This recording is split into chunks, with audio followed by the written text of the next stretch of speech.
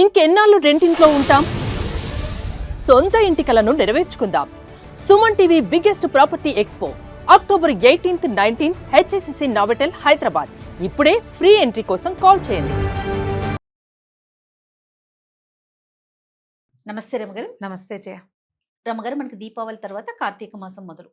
కార్తీక మాసం అంతా కూడా విశేషంగా పూజలు చేసుకుంటూ ఉంటాం. ఈ మాసం యొక్క విశిష్టత.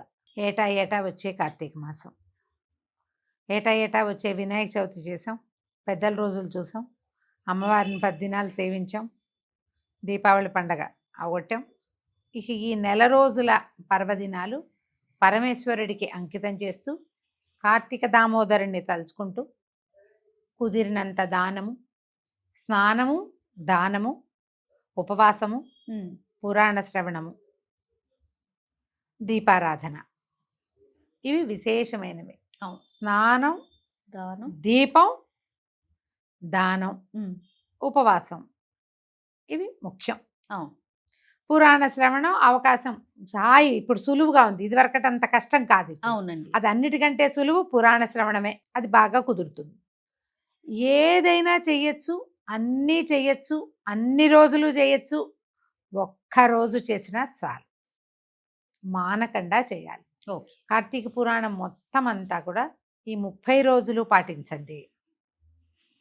పోని 4 సోమవారాలు, ఓ పౌర్ణమి, 2 ఏకాదశులు, 4, 1, 5, 2, 7, ఈ 7 రోజులైనా పాటించండి.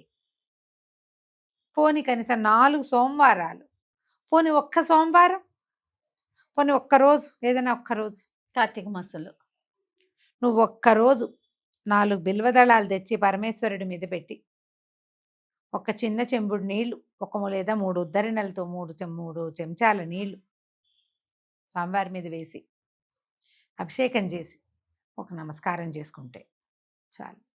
సాధారణంగా మనకి చెప్తారు, అలంకార ప్రియో విష్ణు అభిషేక ప్రియ శివ. విష్ణువుకి ఎంత అలంకారం చేసినా చేయించుకుంటాడు. నువ్వు ఇంకా పువ్వులు పెట్టు, ఇంకా అలంకరించు, ఇంకా సొమ్ములు పెట్టు, ఇంకా పట్టుపట్టలు కట్టు, ఎన్ని కట్టినా ఆయన ఇంకా చేయించుకుంటాడు. ఆయనకు అది ఇష్టం. పరమేశ్వరుడికి అభిషేకం చాలు. అభిషేక ప్రియుడు. ఈ అభిషేకంలో నువ్వు పంచామృతాలు చేస్తావా, కొబ్బరి నీళ్ళు చేస్తావా, ఫలరసాలు, ఎన్నో రకాల ఫలరసాలు చేస్తావా, ఏమీ లేదు. ఒట్టి నీళ్లు, గంగోదకం తెస్తే మరీ సంతోషం. లేదు, చెంబులో నీళ్లు, మంచినీళ్ళు, శుభ్రమైన జలంతో నమస్కారం చేసుకుని అభిషేకం చేసిన చాలు, సంతోషిస్తాడు. చాలంటే నువ్వు అన్నిటికీ శక్తి కలిగి ఉండి ఈ ఓటే చేస్తావు, ఓ చెంబు నీళ్ళు పోసి ఊరుకోవు, చాలే నీకు ఇది అనమని కాదు. నీకు ఏ అవకాశము లేకపోతే ఇంత చిన్న క్రియ అయినా భగవంతుడిని సంతోషపెట్టచ్చు. దాంతో ఏదైనా చేసుకోవచ్చు. ఈ తొలి రోజు నుంచి చివరి రోజు వరకు వాపీకూప తటాకాదుల్లో ద్రవ రూపంలో గంగానది ఉంటుంది. ఓకే. అన్ని భూ సంబంధమైన జలాల్లోనూ, అంటే చెరువులు, దొరువులు, దిగుడు బావులు, మామూలు బావులు, ఈ కింద నుంచి నీరు వచ్చేందుకు ఉన్నాయి కదా మనకి బోర్వెల్స్, వాట్లతో పాటు నదులలో, సెలయేళ్లలో కూడా గంగ ద్రవ రూపంలో ఉంటుంది. ఈ మాసంలో ఏం చెప్తారంటే తైలే లక్ష్మి జలే గంగా అని. తైలంలో ఏమో లక్ష్మీదేవి ఉంటుంది, నీళ్లలో ఏమో గంగా నది ఉంటుంది. లక్ష్మి విష్ణు ప్రీతికి, గంగ శివప్రీతికి. శివప్రీతి కోసం స్నానం. మనం ఇంట్లోనే ఉన్నాం, ఎక్కడికి వెళ్ళలేము. ఇళ్లలో నీళ్లుగా స్నానం చేస్తే కళ్ళుతో స్నానం సమానం అని చెప్తారు. మనకు అవకాశం లేదు, నదులకి చెరువులకి వెళ్ళలేము, అపార్ట్మెంట్లలో ఉన్నాం, 14వ అంతస్తు, ఎక్కడి నుంచి మనకు డైరెక్ట్గా నీరు వచ్చేది లేదు, ఓవర్ హెడ్ ట్యాంకే దిక్కు. ఆ హరగంగే అని జ్ఞాపకం చేసుకుని గంగని తెల్లవారుజామునే స్నానం చేస్తే ఫలితం లభిస్తుంది.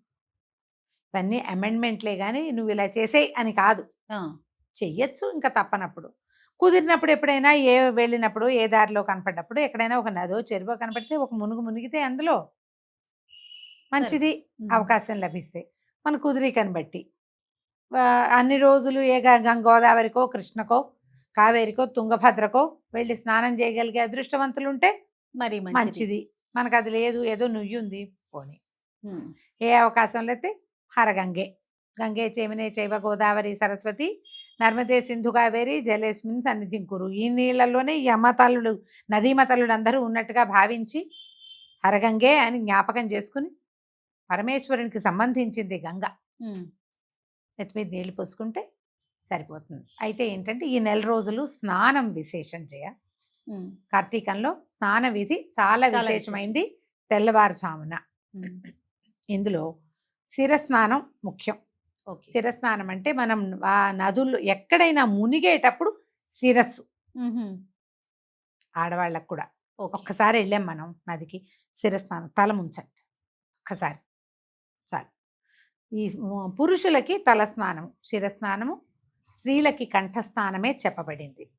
ఆడవాళ్ళు కూడా నెత్తి మీద నీళ్లు పోసుకోవాలని అనుకోవద్దు, నీళ్ళంతా కూడా పోసుకోకర్లేదు. పర్వదినాలలో తలకి పోసుకుంటే సరిపోతుంది. మామూలు రోజుల్లో చిటికెడు పసుపు రాసుకుని స్నానం చేయండి, మంచిది. తెల్లవారుజామునే స్నానం చేయటం. ఇంట్లో శివారాధన, శివారాధన మీకు ఏ అలవాటు ఉంటే అది విష్ణువారాధన మీ ఆరాధన చేసుకోవటం, ఇంట్లో దీపారాధన చేసుకోవటం తప్పకుండా. దీపం తర్వాత దేవాలయ దర్శనం చాలా విశేషంగా చెప్తారు కార్తీకంలో. శివకేశవుల్లో ఎవరిని చూసినా మంచిది. విష్ణువాలయానికి కానీ శివాలయానికి కానీ వెళ్ళటం, శివాలయంలో సేవించుకోవటం, ఏదైనా సేవ చేయటం, లేదా ఒక దీపారాధన చేయటం. ఆలయాల్లో దీపారాధనలు చేసుకుంటాం కదా, ప్రదోషంలో సాయంకాలం పూట కనుక విష్ణువాలయంలో కానీ శివాలయంలో కానీ దీపం వెలిగిస్తే అఖండ ఐశ్వర్యం లభిస్తుందని చెప్తారు. ఇవి ముఖ్యం. దీంతో పాటు ఉపవాసాలు. ఈ ఉపవాసం ఎట్లా చేస్తాము? కార్తీక నక్తాలు అనే ఒక విధానం ఉంటుంది. నక్తాలు అంటే ఈ కార్తీక పురాణంలో ఒక 5-6 రకాలు చెప్తారు. పురాణం చెప్పినప్పుడు ఆ వివరం చెప్తా. సాధారణంగా అందరూ చేయగలిగేది ఏంటంటే పగలు ఉపవాసం ఉండి సాయంకాలం భోజనం చేయొచ్చు నెలంతా శక్తి ఉంటే. పగలేదో అంత పలహారమో 2 పళ్ళు నోట్లో వేసుకుని అవి కూడా స్వామివారికి నివేదించి తీసుకుంటే ఇంకా మంచిది. సాయంత్రం చుక్కలు చూశాక భోజనం చేసేయచ్చు. ఇలా చేయొచ్చు ఒకటి. లేదా కేవలం పర్వదినాల్లో పగలు ఉపవాసము, రాత్రి భోజనం. ఏమున్నాయి పర్వదినాలు? 4 సోమవారాలు, ఒక పౌర్ణమి. ఈ 5 రోజులు పగలు ఉపవాసం, రాత్రి భోజనం. ఏకాదశిలో 2 పూటల మొత్తం రోజంతా ఉపవాసం ఉండి మర్నాడు ద్వాదశి నాడు పారణ చేయాలి, అది విధి. ఇంత మాత్రం ఉపవాసాలు చేయొచ్చు. మీ వీలు ఓపిక, ఎవరు చేయొచ్చు ఎవరు చేయకూడదు. గర్భవతులు కానీ, బాలింతలు కానీ, అనారోగ్యంతో ఉన్నవాళ్ళు కానీ, చిన్నపిల్లలు కానీ, వృద్ధులకి కానీ ఉపవాసాలు చెప్పబడలేదు. ఓపికమంతులు, ఆరోగ్యం సహకరించేవాళ్ళు, మందులు మాకులు వ్యవహారాలు ఏమీ లేని వాళ్ళు ఉపవాస దీక్షలోకి వెళ్ళచ్చు. మిగిలిన వాళ్ళ ఉపవాసం అంతా భగవన్నామ స్మరణే ఉపవాసం. పిల్లలతోటి కూడా ఓం నమ శివాయని పంచాక్షరి మంత్రాన్ని చెప్పిస్తే మంచిది. ఏది కుదిరితే అది చేసుకోండి. అయితే ఇప్పుడు ఇందులో ఈ కార్తీకంలో ప్రత్యేకంగా దీపదానము చాలా ప్రత్యేకమైంది. దీపాన్ని వెలిగించిన దీపాన్ని ఎవరైనా బ్రాహ్మణోత్తముడికి దానం చేయటం, ఇంకా వేరే ఎవరికి కాదు, బ్రాహ్మణుడికి దానం చేయాలి. దానికి ఒక మంత్రం ఉంటుంది. మరి ఆ దీపదాన మంత్రం చెప్పించుకుని దీపాన్ని ఇవ్వచ్చు. మీరు అది వెండి దీపాన్ని ఇవ్వచ్చు, మట్టి ప్రమిదని ఇవ్వచ్చు, ఇత్తడి రాగి ఏదైనా లోహంతో చేసినవి ఇవ్వచ్చు. లేదా ఒట్టిగా పిండి దీపారాధన చేస్తామా బియ్య పిండితోటి, ఆ దీపారాధనని కూడా అమంత్రకంగా దక్షిణ తాంబూలాదులతోటి దానం చేసుకోవచ్చు. దీపదానం చాలా మంచిది. అయితే ఇది చలికాలం కాబట్టి నువ్వుల దానం చేస్తుంటే మంచిది. పాలు, పెరుగు, నెయ్యి ఈ 3 దానాలు చాలా మంచివి. ఇవి ఎవరికైనా ఎవరికైనా. తర్వాత ఏమో ఈ మన వెచ్చని బట్టలు, చలికాలం కాబట్టి దుప్పట్లు, కంబళ్ళు అలాంటివి దానం చేసుకుంటే ఆయుర్వృద్ధి కలుగుతుంది, మంచిది. పిల్లలు ఏవైనా పాత బట్టలు అవి ఇచ్చేస్తారు కదా, ఈ పాత బట్టలు ఇచ్చేటప్పుడు ఒక కొత్తది ఏదైనా కొని ఇవ్వండి.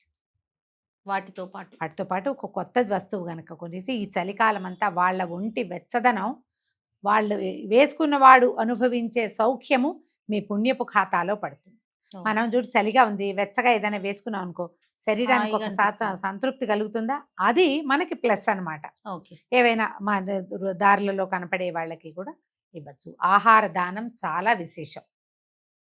ఈ పగలు ఉపవాసం ఉంటామా, సాయంకాలం ఎవరైనా ఉపవాసం ఉన్న వాళ్ళని మన ఇంటికి భోజనకు పిలవచ్చు. ఇలా ఏదైనా చేయొచ్చు. కొన్ని పర్వదినాలు ప్రత్యేకంగా మన బలిపాడ్యమి, తర్వాత ఏమో భగినిహస్త భోజనము, ఇలాంటివి ఉన్నాయి కదా ప్రత్యేకమైనవి. ఇవి తర్వాత వనభోజనాలు ఒకటి ప్రత్యేకంగా కార్తీకంలో ఏం చేస్తారు, సాలగ్రామ ఆరాధన విశేషంగా చెప్పబడుతుంది. ఇది మనకి ఎక్కడైతే ఉసిరి చెట్లు ఉన్న తోటల్లో అక్కడికి వెళ్ళి బంధుమిత్రులతో పాటు స్నేహితులతో పాటు వనభోజనాలు చెట్టు కింద, ఉసిరి చెట్టు కింద సాలగ్రామ ఆరాధన చేసుకుని అందరితో కలిసి సామూహికంగా భోజనం చేయటం వల్ల కూడా చాలా అత్యద్భుతమైన ఫలితం లభిస్తుంది. ఏటా చేస్తాం మనం ఇట్లాగే, ఏటా చేస్తాము, ఏటా చెప్పుకుంటాము, మళ్ళీ కొత్తగా చెప్పుకుంటాం. కానీ ఎవరెవరికి ఏ ఏ అవకాశం ఉన్నా ఆయా పర్వదినాలలో ఎంత చేయాలో అంత చేసి, కనీసం చేయగలిగినంతైనా చేసి, ఈ కార్తీక మాసం తాలూకు ప్రత్యేకత వల్ల మనకి లభించేటటువంటి మంచిని ప్రతి వాళ్ళు సంపాదించుకోవాలి. మీరు దీపాలు పెట్టుకోండి, ఇంకోటి చేయండి, ఏదైనా సరే. పౌర్ణమి నాడు 365 వెత్తులు వెలిగిస్తాము. క్షేత్ర దర్శనం చాలా విశేషం. ఎక్కడైనా నదీ స్నానము, కార్తీక పౌర్ణమికేమో సముద్ర స్నానము చాలా విశేషంగా చెప్తారు. అవును, ఈ నెలలో ఒక సముద్ర స్నానం, ఒక నదీ స్నానం కుదిరితే, అవకాశం ఉంటే కనుక ఇది కూడా చేయొచ్చు. ఎన్ని అయినా చేయొచ్చు జయ. తర్వాత వీటితో పాటు చాలా ప్రత్యేకమైన విషయం ఇంకొకటి చెప్తా. పురాణ శ్రవణం మొదటి రోజు నుంచి చివరి రోజు దాకా 30 రోజుల పాటు మీరు ప్రతిరోజు పురాణ శ్రవణం చేయాలి, చెయ్యొచ్చు. చేస్తే చాలా మంచిది. మీకు సులువుగా దొరికే అవకాశం ఏంటంటే, సుమన్ టీవీలో మేము ఇప్పటికి 5 సంవత్సరాలుగా ప్రతి సంవత్సరము కార్తీక పురాణం అందిస్తున్నాం. ఈ సంవత్సరం కూడా కొత్తగా మళ్ళీ స్కాంద పురాణ అంతర్గత కార్తీక పురాణం అందిస్తాము. 4 వేళలా అన్ని ఛానల్స్లోనూ కార్తీక పురాణం లభిస్తుంది. అవును, ఎక్కడ అవకాశం ఉంటే అక్కడ. మళ్ళీ వచ్చే ఇవాళదే రేపు మళ్ళీ వినకుండా రేపటిది రేపు, ఎల్లుండి ఏ రోజు ఆ రోజు వినేలాంటి ఏర్పాటు ఉంటుంది. కొద్దిగా సమయం చూసుకుని మీకు అవకాశం ఉన్న సమయంలో కార్తీక పురాణ శ్రవణం కూడా చేయండి. పురాణ శ్రవణం చేసేటప్పుడు చాలామంది అడుగుతారు, పనులన్నీ చేసుకున్నాక వినచ్చా, అలా వినచ్చా అని. అమ్మ, శ్రద్ధగా వింటే ఫలితం బాగుంటుంది. పూజ అయిపోయాక కాసేపు పావు గంట 20 నిమిషాలు, అంతకంటే ఏముండదు కదా, ఆన్ చేసుకుని వింటే మంచిది. ప్రయాణ సమయంలో వినచ్చు. పడుకుని విందాము అలాంటివి చేయబోకండి. కాసేపు రిలాక్స్ అయ్యి మంచం మీద పడుకుని, సోఫాలో పడుకొని పురాణ శ్రవణం అట్లా చేయకూడదు. ఎందుకంటే ఇవి ముఖ్యం, మనకు పుణ్యం కలిగించేది కదా. ఒక్కరవ శ్రద్ధ వహించి గనక వింటే ఫలితం బాగుంటుంది. మేము ఈ అవకాశాన్ని బట్టి చేయండి. పురాణం విషయంలో మాది గ్యారంటీ. మిగిలినవన్నీ మీరు మీ పుణ్యం మీరు సముపార్జన చేసుకోవాల్సిందే. అంతే. రైట్ రాము గారు, నమస్తే. నమస్తే జయ.